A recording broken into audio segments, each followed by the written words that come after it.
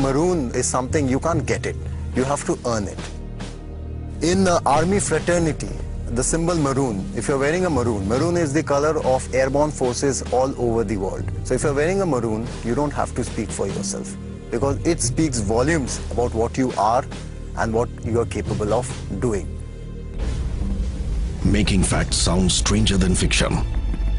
That is probably the best way to describe the job profile of the Indian Army's paratroopers. These men belong to the elite airborne forces of the Indian Army.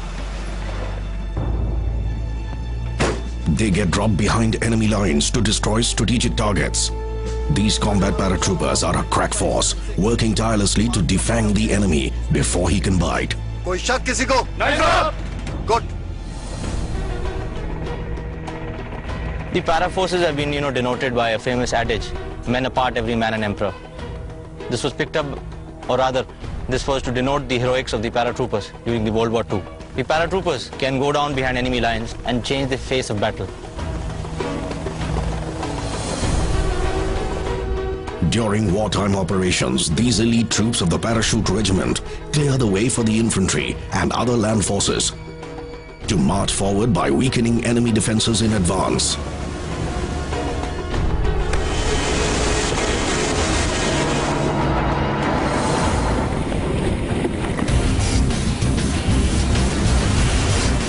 These paratroopers can operate at any time of the day or night. Most of their operations are clandestine in nature. These airborne forces have played a pivotal role during all the wars fought by the Indian Army.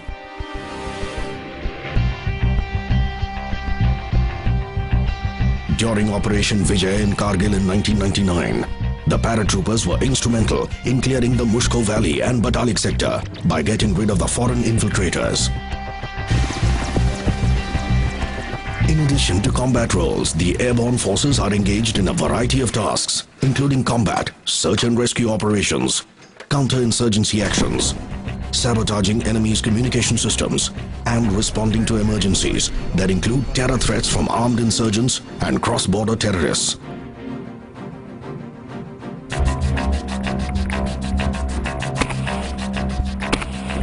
The paratroopers, which are a part of the Indian Army's airborne forces, are ready action troops.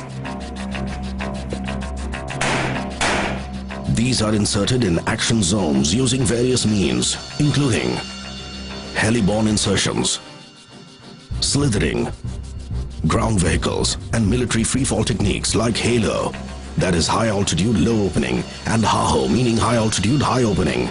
These techniques are used by paratroopers to deliver personnel, equipment, and supplies from a transport aircraft with little or no enemy detection. The paratroopers are highly self-sufficient and capable of lifting and airdropping weapons and vehicles straight into the scene of action. An artillery element is integral to these airborne warriors who carry Indian light field gun as part of their arsenal.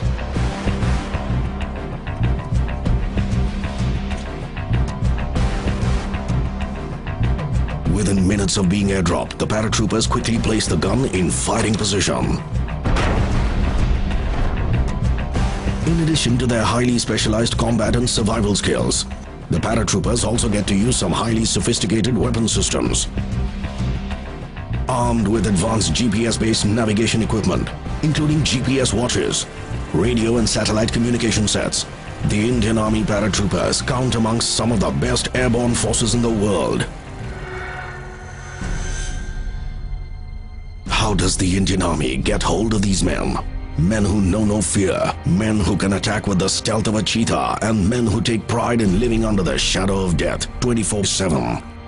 Paratroopers, both men and officers, are elite and special. And they've got to be very physically and mentally tough. All these paratroopers are volunteers. 431F, Sergeant S. Nagar, sir! That is, they become paratroopers out of their own choice. In the academy, there were officers from the Parachute Regiment, and I always considered them as a role model. Something told me that they are a little different from the others. To be considered fit for wearing the maroon beret, a soldier has to be comparatively young, physically fit, mentally tough, intelligent and motivated, with an ability to innovate. Officers from all the arms and services can join the parachute regiment. All paratroopers compulsorily go through a 90-day probationary period, during which they are subjected to a wide range of physical and mental endurance tests. These include advanced battle proficiency tests, speed marches, and route marches up to 70 kilometers at one go. Route march, as the saying in army goes, it's all mental. When you're running a route march with 22 kilos of weight and you're running for 60 odd kilometers, then it is bound to happen that your ankles give out, your knee gives out. There is a tussle going on between your mind and your heart that should you give up or should you not.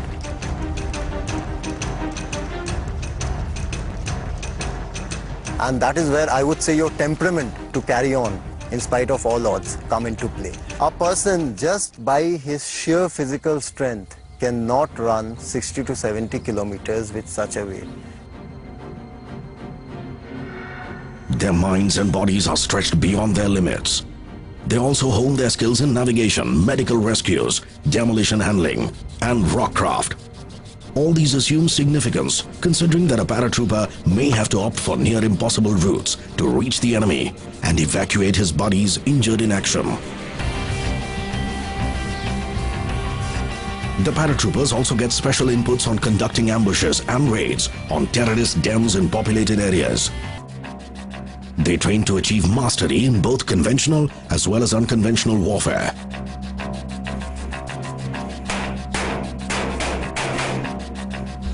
Not everyone manages to clear the probation period.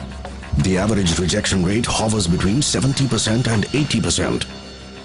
The ones who fail to impress their instructors are repatriated to their parent units.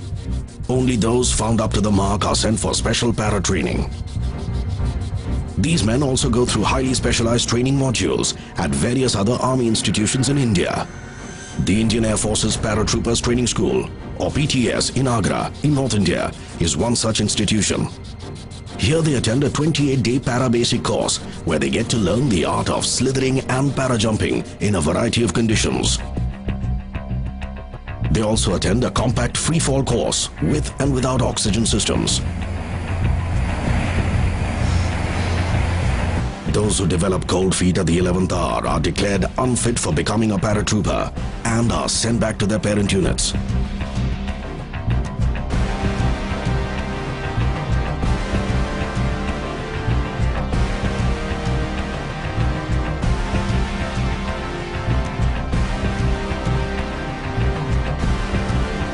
To qualify for wearing these para wings and the maroon beret, each of the trainees must make 5 successful static line para jumps from various heights. These include night jumps and jumps with full battle load. Since these airborne forces work in comparatively smaller teams, the paratroopers must have loads of empathy for their buddies and also possess superior leadership qualities. We need to gel with our troops. Only if we can gel with them, they will listen to me.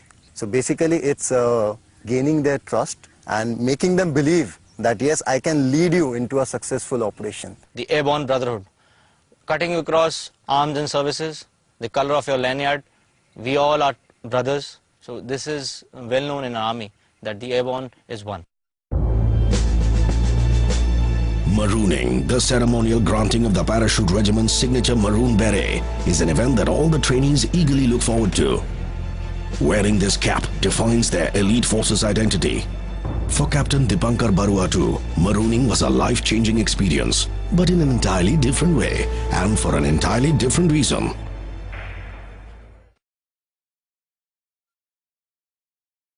Initially when they told me that I didn't make it, I was very disappointed. Whatever I have seen of you, you are a very good officer. Okay, you have performed quite okay in your probation. But after speaking to people, I think there is some shortcoming, you didn't gel with the team. So it doesn't matter, look after yourself, take care. Now you go back to your parent battalion. So take care and wish you all the best for your career ahead in the army. When Captain Shiv Shankar was taking me out and maybe I was to board the gypsy and go to the railway station, this feeling was going on inside me that am I not capable enough? Superiors do play such pranks from time to time. After all, shocks and surprises are integral to a paratrooper's life. Captain Aswal came and told me that I didn't clear my mess bill. And what about your mess bill? Have you cleared it? No, sir.